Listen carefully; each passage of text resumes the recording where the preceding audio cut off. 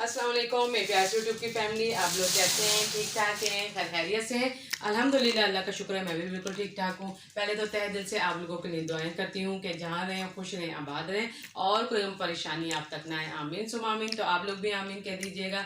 तो जी माशाल्लाह माशाल्लाह, अम्मी की पैकिंग स्टार्ट हो गई है और अम्मी जा रही हैं। तो मैंने कहा चले व्लॉग स्टार्ट करते हैं कि भाई अम्मी मेरे लिए क्या लेकर आई थी वो तो मैंने आप लोग से शेयर किया था, लेकिन अम्मी मुझे बहुत मना करी थी, बहुत मना करी थी।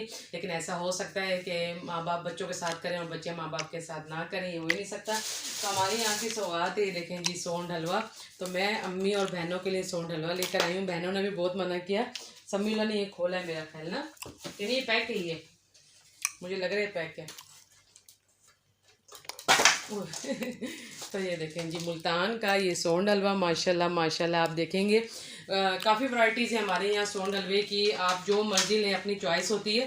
तो ये मैंने बहनों के लिए लिए हैं, ये देखें जी 3 ये डब्बे ये मैंने बहनों के लिए लिए हैं।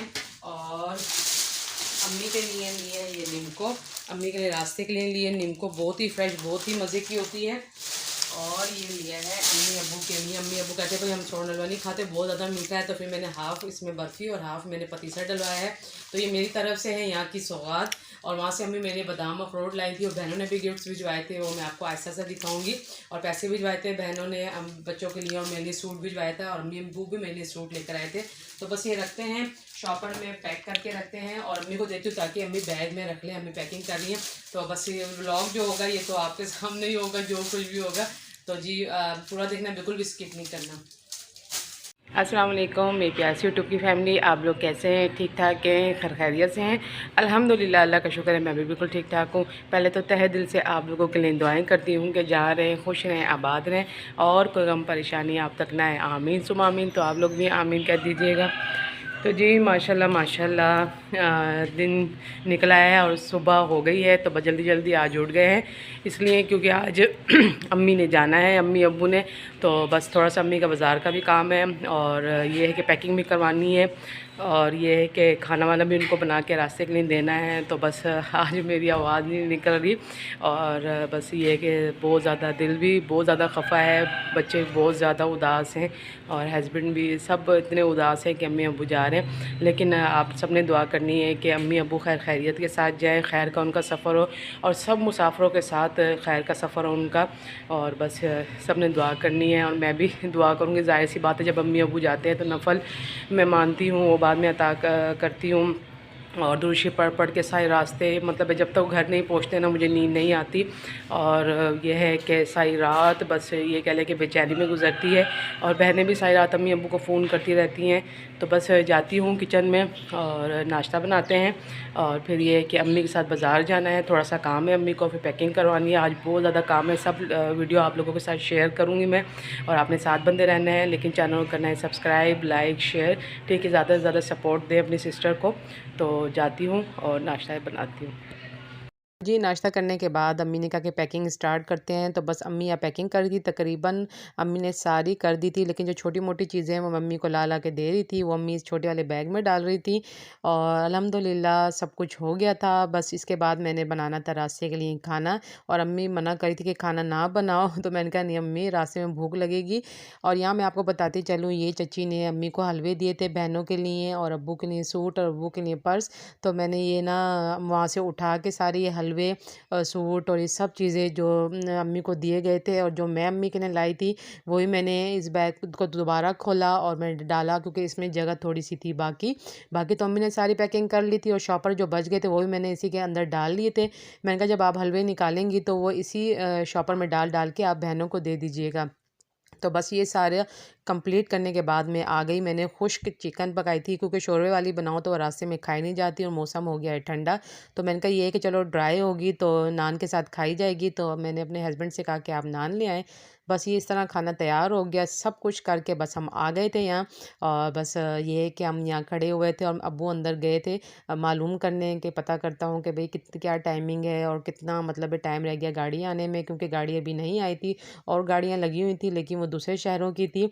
तो बस यहाँ सब भी उदास थे और बच्चे भी कोई इतने उदास थे, मैं भी, अम्मी अब्बू हस्बैंड भी। तो बस क्या कर सकते हैं, ज़ाहिर बात है अम्मी अब्बू आए थे, उन्होंने खैर से जाना भी था घर, क्योंकि वहाँ भी काफ़ी सारी जिम्मेदारियाँ जिम्मेदारियां हैं। अब्बू का काम भी डिस्टर्ब हो रहा था, अम्मी को भी बार बार कॉल्स आ रही थी बहनों की, बच्चों की, कि अम्मी कब आएंगी, हम उदास हो रहे हैं। तो इस तरह मैं भी जाती हूँ मैके, तो मुझे वापस आना होता है ससुराल, और यहाँ भी मेरी काफ़ी सारी जिम्मेदारी हैं, और दिन गुज़रते पता ही नहीं चलता कि कहाँ दिन गुज़रे। मैं तो फिर 20-25 दिन के लिए जाती हूँ, वो दिन नहीं पता चलते। अम्मी तो फिर 8-9 दिन के लिए आती हैं, ऐसा लगता है कि जैसे एक दिन पहले ही आई थी और अब जा रही हैं, क्योंकि दिल ही नहीं भरता। ज़ाहिर बात है, माँ बाप के कोई नमो बदल ही नहीं है।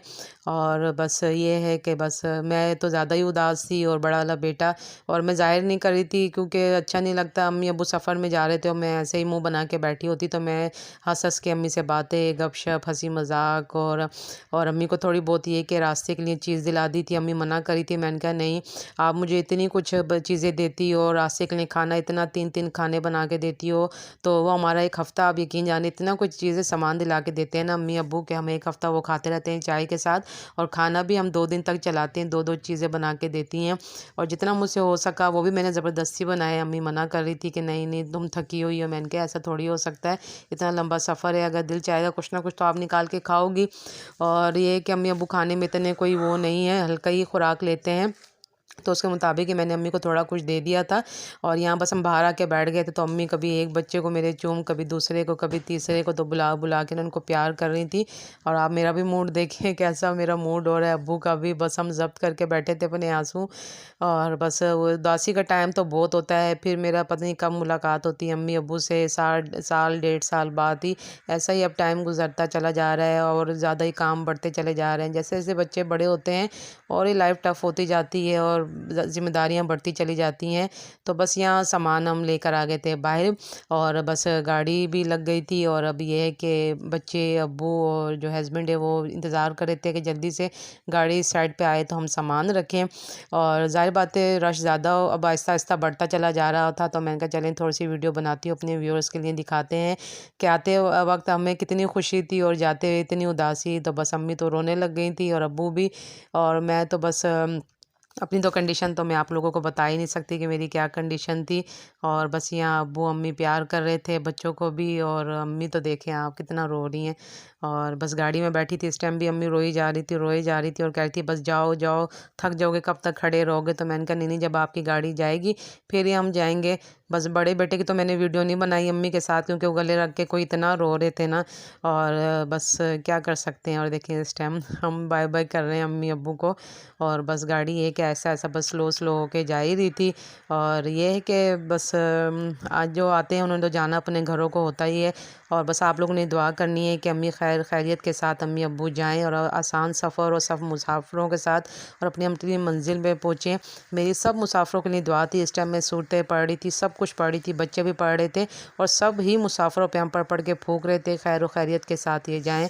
और मैं ना जो ड्राइव कर रहे हैं गाड़ी, उन पे भी पढ़ के फूंक रही थी कि खैरियत से चलाएं।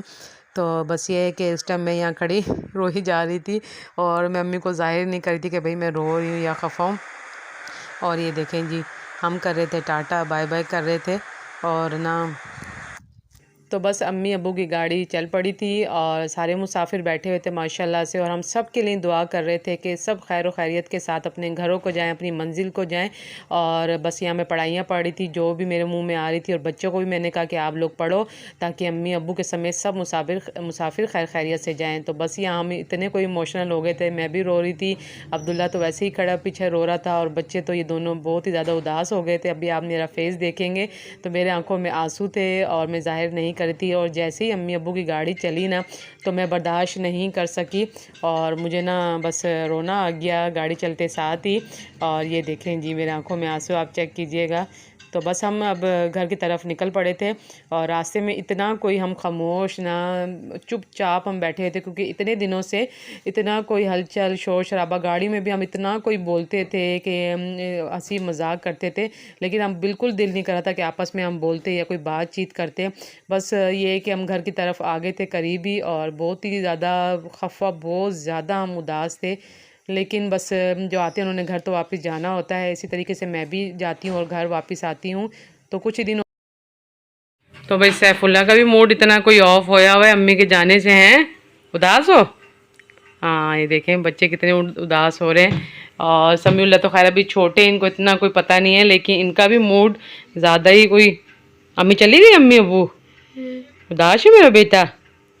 चलो कोई नहीं, अम्मी ने पैसे भी दिए हैं ना, समीउल्लाह को भी, सैफुल्लाह, अब्दुल्ला को, तीनों को पैसे दिए ना कि चिज्जी खानी है, तो बस अब इनको पैसे दिए हैं तो बस ये चीज़ खाएंगे, है ना।